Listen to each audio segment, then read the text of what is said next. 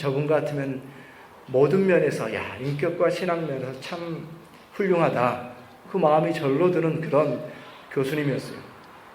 근데 어느 날 그 교수님께서 학생들이 다 모인 채플 시간에 설교를 하시면서 그 설교를 시작하자마자 자기 스스로에게 던지는 한마디 말씀을 듣고 저는 충격을 받았습니다.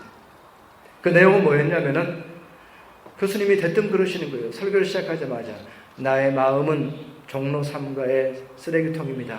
그렇게 얘기하는. 저는 사실 충격을 받았습니다. 그가 어느 날 종로 3가 지하철역을 지나가다가 종로 3가에 있는 쓰레기통을 보게 됐어요.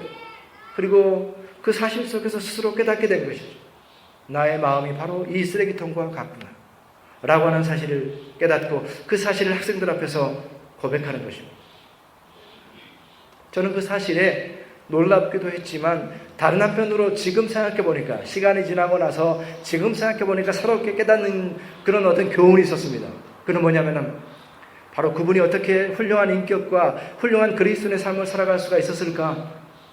다름 아니라 자기 자신을 종로 3가의 쓰레기통으로 볼 수 있는 그러한 자기 자신에 대한 깊은 의식, 자기 자신에 대한 철저한 이해, 죄인된 자기 자신의 그 실상에 대해서 온전히 그가 받아들였기 때문에 그의 인생이 참으로 인격적이었고 신앙적이었구나라고 하는 것을 이제서야 알게 되는 것이죠.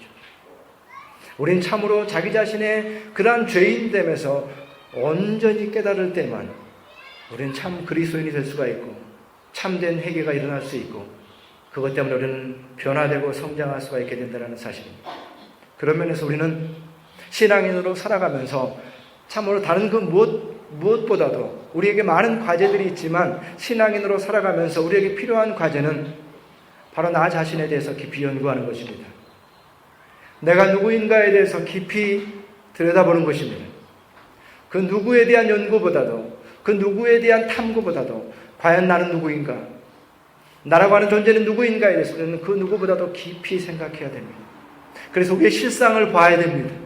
우리의 연약함을 봐야 됩니다. 우리의 나약함에 대해서 분명하게 꿰뚫어 볼 수가 있어야 됩니다. 내 안에 있는 그 죄의 심각함에 대해서 분명하게 깨달을 수가 있어야 됩니다. 그럴 때만 회개가 가능하기 때문입니다. 예수님께서는 말씀하십니다. 회개치 않으면 이와 같이 망하리라 라고 말하는 이 말씀을 우리가 받아들이게 되는 것이죠. 너희가 회개하지 않으면 이처럼 망할 것이다 라고 하는 이 말을 우리가 엄중하게 받아들이는 것입니다. 그래서 우리의 인생을 망치는 것이 무엇인가?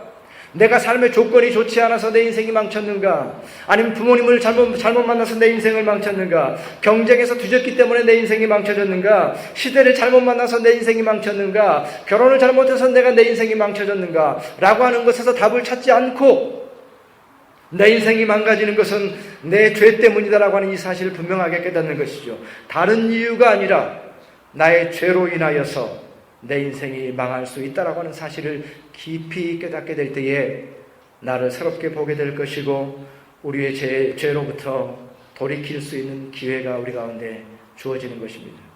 죄의 무서움과 죄의 실상을 아는 것이고 그렇기 때문에 그 죄를 미워하는 자가 되는 것입니다. 이제는 그 죄를 미워하게 되는 것입니다. 내 인생을 망치고 있기 때문에, 내 가정을 망치고 있기 때문에, 나의 모든 관계들을 망치고 있기 때문에, 한 번뿐인 내 인생을 망가뜨리고 있기 때문에 그 죄를 미워하게 되는 것입니다. 죄를 더 이상 용납하지 않는 것입니다. 그 죄로부터 돌이켜야 된다는 사실을 깨닫는 것입니다. 죄를 미워하게 되는 것이고 그 죄의 실상을 분명하게 바라보는 것입니다. 죄를 용납하지 않으며 죄와 타협하지 않게 됩니다. 네가 나를 죽이는데, 네가 나를 망하게 하는데 어찌 너와 타협하겠느냐? 죄와 타협하지 않게 되는 것입니다. 그 죄의 비참함을 알게 되는 것이고 그 죄를 미워함으로써 회개하는 자가 되는 것입니다.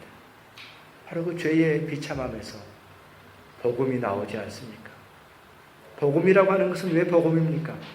그토록 비참한 죄에서 예수 그리스도를 구원하셨기 때문에 그때의 복음이 되는 겁니다. 죄인된 우리가 없다고 한다면 복음도 없습니다. 나의 죄가 철저하게 깨달아지지 않으면 오늘 우리가 어린 양 찬양했지만 왜 어린 양을 찬양하는지 알지를 못합니다. 오직 우리가 죄 가운데 있기 때문에 어린 양을 찬양하는 것이고, 우리가 죄 가운데 있다는 사실을 깨달음으로써 우리 가운데 복음이 임하는 것이고 진리가 임하는 것을 보게 되는 것입니다.